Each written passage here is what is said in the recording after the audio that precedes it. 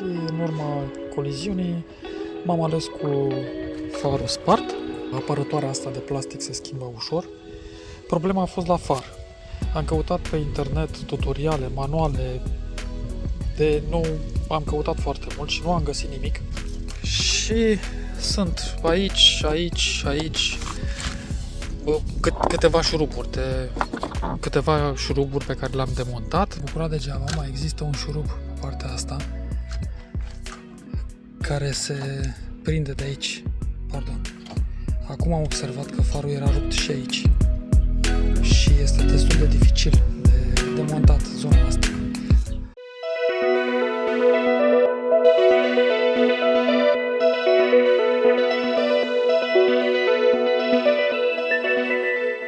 Salut, sunt Vali de la VastIT.ro și astăzi, după mult timp, fac un nou video pe canal. Nu mai fac de ceva timp, dar și mi-am propus să nu mai fac, dar acum am zis că poate totuși ajut și eu pe cineva. Am avut un eveniment nefericit, nu chiar așa super nefericit, cu mașina, am un Opel Crossland, de fapt puștiul meu a lovit pe cineva și în urma coliziunii m-am ales cu farul spart și cu apărătoarea de la aripa față ruptă. Asta este aici, s-au rupt sistemele de prindere de aici. Nu e mare lucru, apărătoarea asta de plastic se schimbă ușor. Problema a fost la far. Am căutat pe internet tutoriale, manuale, de nou am căutat foarte mult și nu am găsit nimic legat de cum se demontează un far de Opel Crossland.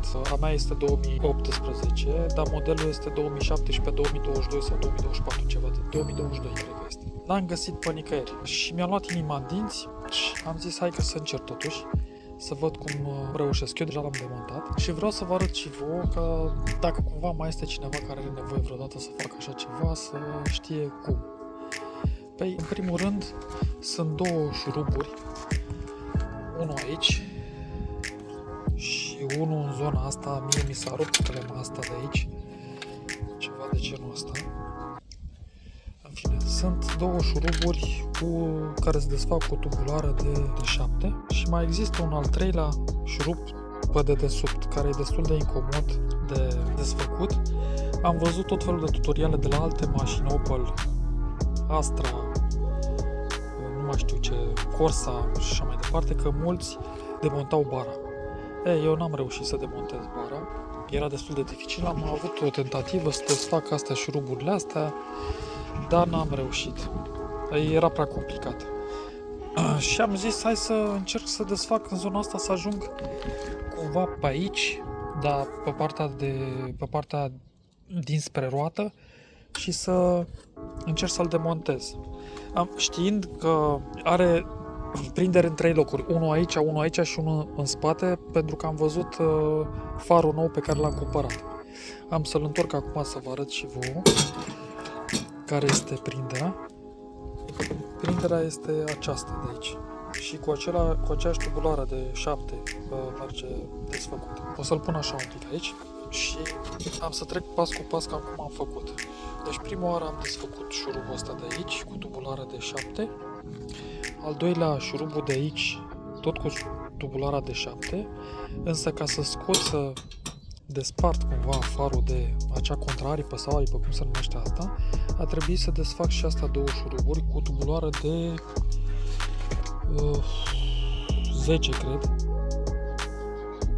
În fine, o tubulară de 10. Pentru că altfel nu se demonta, că are un ghidaj în zona asta și fără să desfac acolo nu am reușit să-l trag, practic. Bun. După ce am demontat astea șuruburi, care sunt cele mai simple, am căutat să ajung la acel șurub de jos. Și cum am făcut asta? Am demontat apărătoarea asta de aici, trăgând pur și simplu de ea, ușor ca să nu smulg aici, pentru că sunt niște cleme de plastic. Am să vă și arăt aici. Sunt așa, clemele de plastic și am împins cu șurubelița în stânga și în dreapta și am tras ușor, ca să nu smulg și să nu rup aici. Bun. După care am zis că trebuie să demontez apărătoarea asta. Sunt niște șuruburi cu cap tors de genul ăsta. De 15 parcă scrie pe aia. Deci un stea. Și sunt aici câteva șuruburi pe care le-am demontat. Mai sunt și niște brăduleți de genul acesta. Întâi am băgat șurubelnița aici, am ridicat de el un pic și pe urmă am tras și a ieșit fără probleme. După care mai este și un șurub de plastic în zona asta de aici pe care l-am demontat. Și mai este un șurub de 6 cu cap de 10, ceva de genul ăsta, care este cumva, în fine, nu se vede de roată, este cumva în jos. Trebuie să dai roata, să întorci roata spre stânga maxim și e cumva lângă scut. Și până la urmă am demontat toate astea și am tras un pic am tras și a căzut. Ce am mai făcut eu, dar din exces de zel, fără să știu dacă e chiar neapărat nevoie, am mai demontat două șuruburi care sunt cu cruce, care sunt în zona asta de aici, ca să mai lărgesc un pic aici. E un pic mai incomod, dar am reușit până la urmă și astfel am putut să bag mâna pe aici, ambele mâini cumva, să ajung la acel șurub cu cheița asta și am reușit să demontez șurubul, dar trebuie să fiți foarte atenți. Cu una am demontat și cu una țineam șurubul să nu cadă, să se ducă prin scut pe acolo și să-l pierd. Șurubul este ceva de genul ăsta, așa. Deci cu cap hexagonal de 7. De fapt e un fel de honșurub, nu este șurub.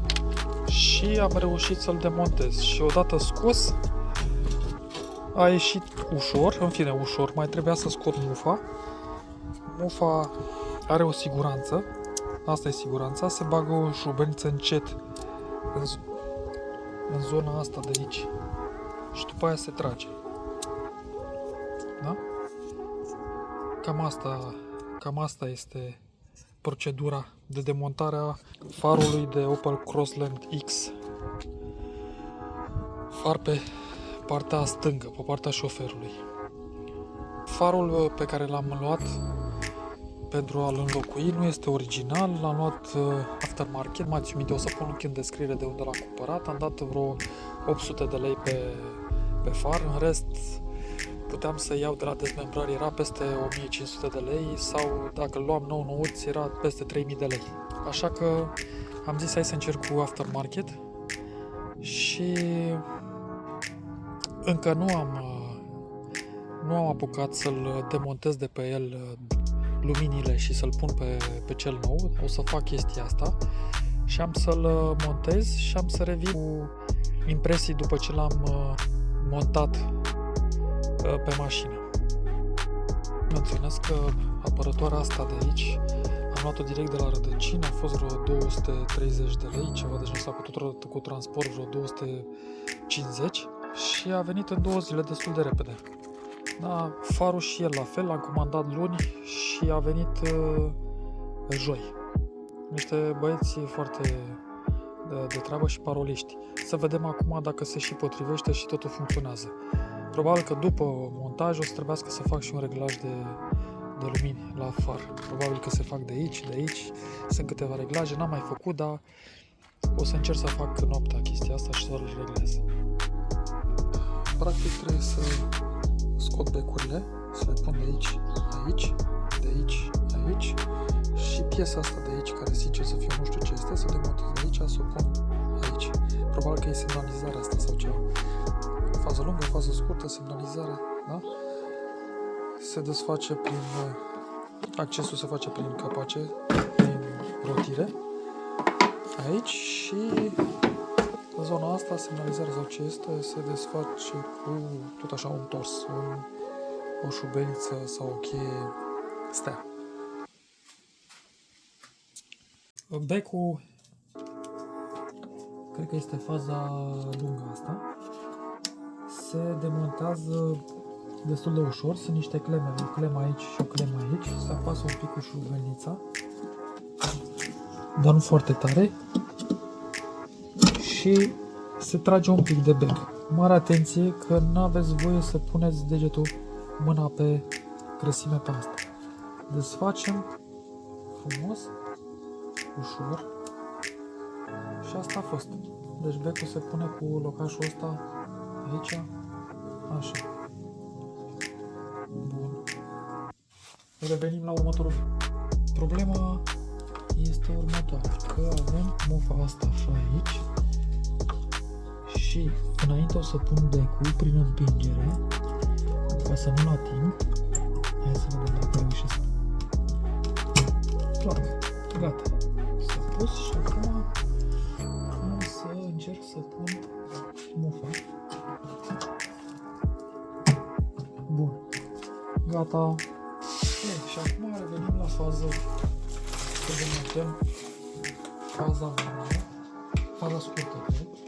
Aici avem sistemul ăsta de ghidaj și cred că trebuie să mă prind, că știu că trebuie să dau la... gata.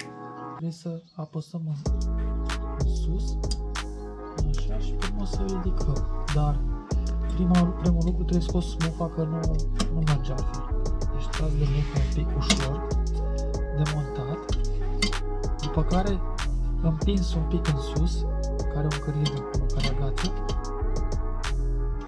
Deci apăsat și împins în sus și dat la o parte, așa, și tras de bec, tot așa, încet să nu-l atingem pe zona asta. Pardon. Și acum demontez capacul de aici, dacă și pot. Iută. Ok, l-am demontat și îl bag. Încerc să-l bag aici și dau firele la o parte. Cam așa. Firele astea mă încumează și o să trebuiască să-l dau mai jos. Așa a fost. Asta e mufa lui. Bun. Și tot așa. Dau asta la o parte. Aici cătarea este așa aici și trebuie să-l bag așa. Încet să nu-l ating.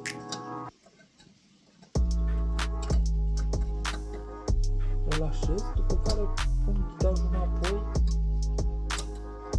Ia să vedem dacă reușesc. Gata. L-am pus. L-am fixat și acum îl pun mufa.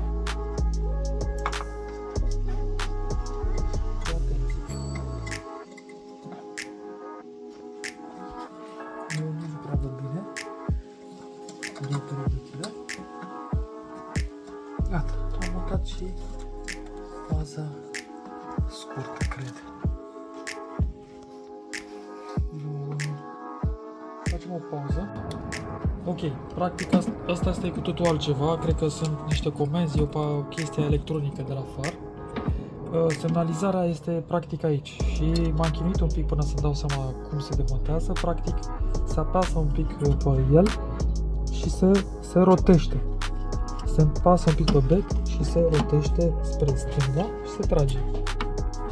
Și acum, ca să scoți becul, se apasă pe clipsurile astea de aici și se trage de bec.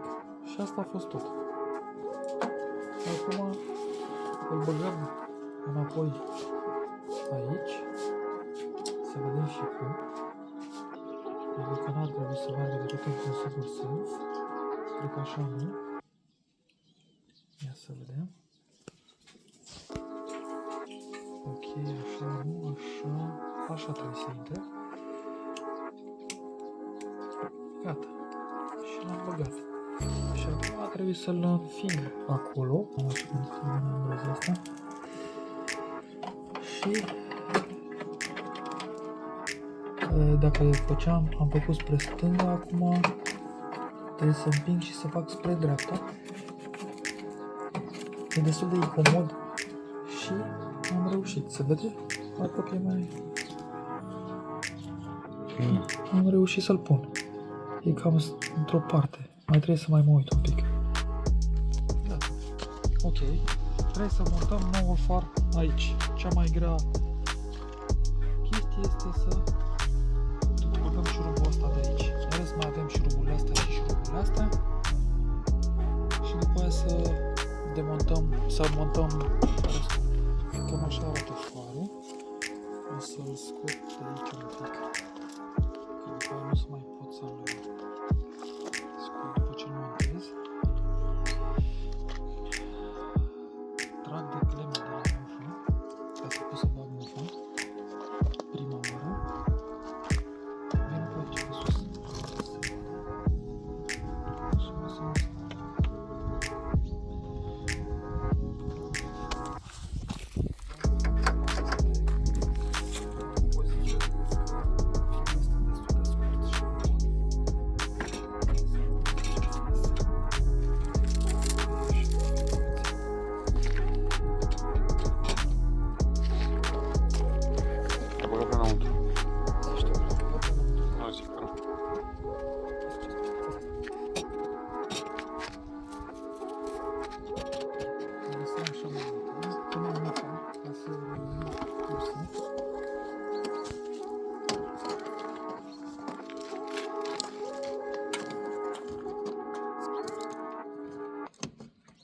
Sper să se și potrivească. Dacă nu se potrivește...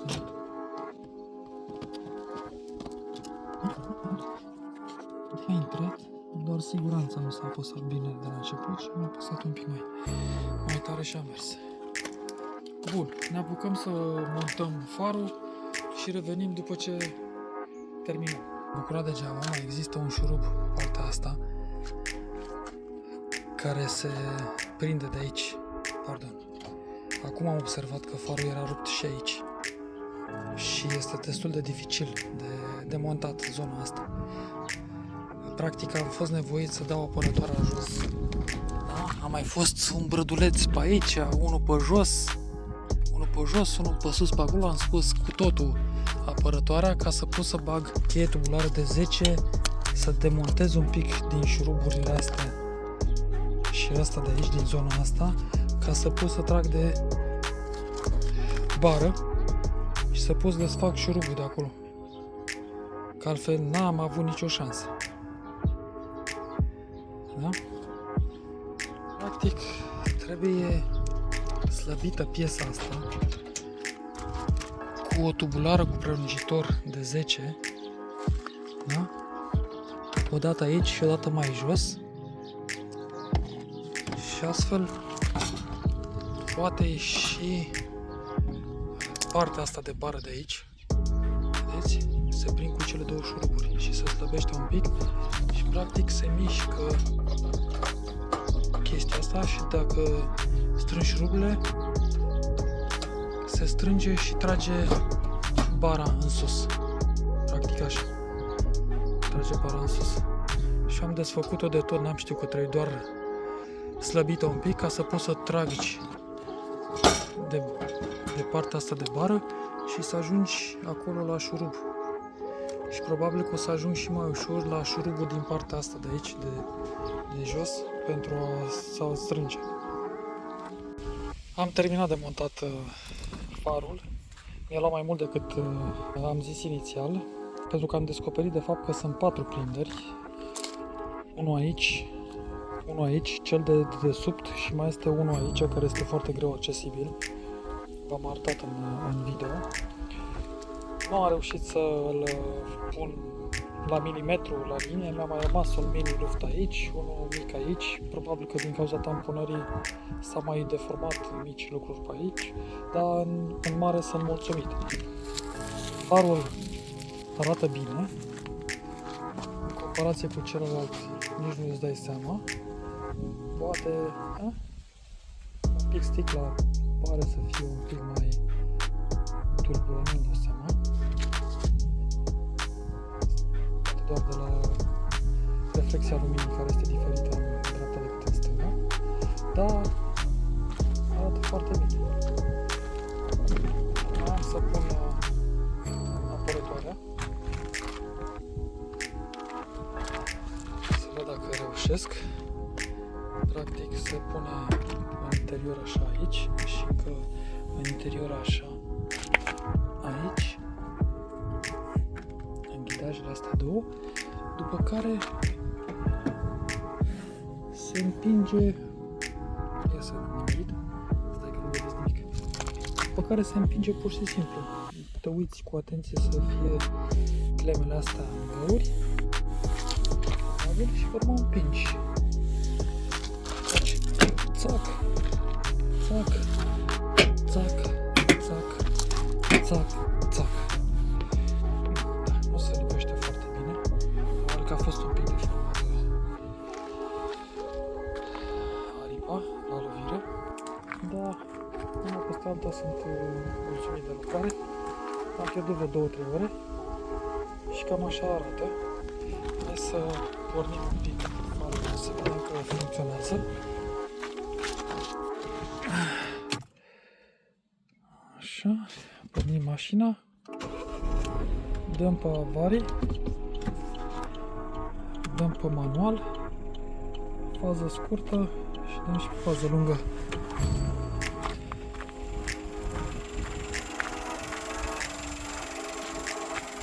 Vede. Da? Stânga văd că pe ecran litere un pic, dar de fapt în viața reală nu litere. Cam așa arată. Cu faza lungă.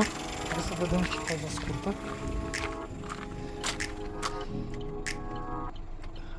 Așa.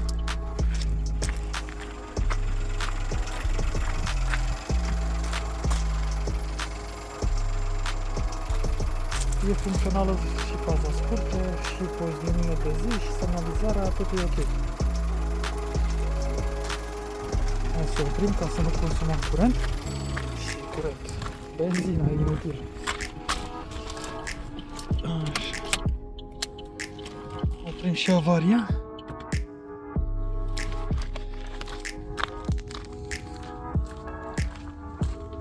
Și cam asta e lucrarea. Hai să închidem și capota, să vedem cum vine capota pusă.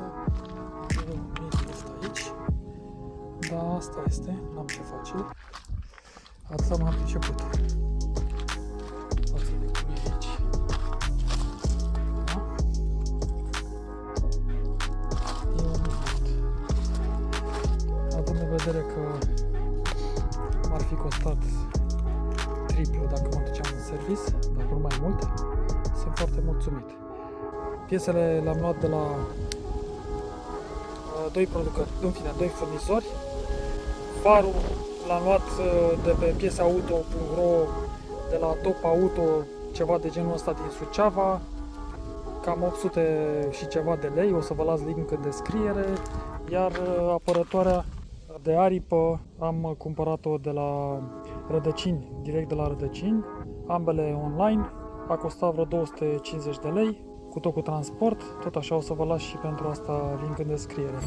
Video nu este sponsorizat, pur și simplu asta am reușit să găsesc eu și să reușesc să-mi repar mașina fără a merge în service, pentru că nu am casco, m-ar fi costat enorm, așa m-a costat un pic de timp de demontat și montat, plus aproximativ 1000 de lei, 1000 și un pic achiziția.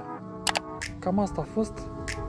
Dacă ți-a plăcut, poți lăsa un like, poți să te abonezi și poți să lași un comentariu și să-mi spui dacă am făcut bine, n-am făcut bine, dacă ai informații utile care pot ajuta și pe alți posesori de Crossland. Și până data viitoare, numai bine!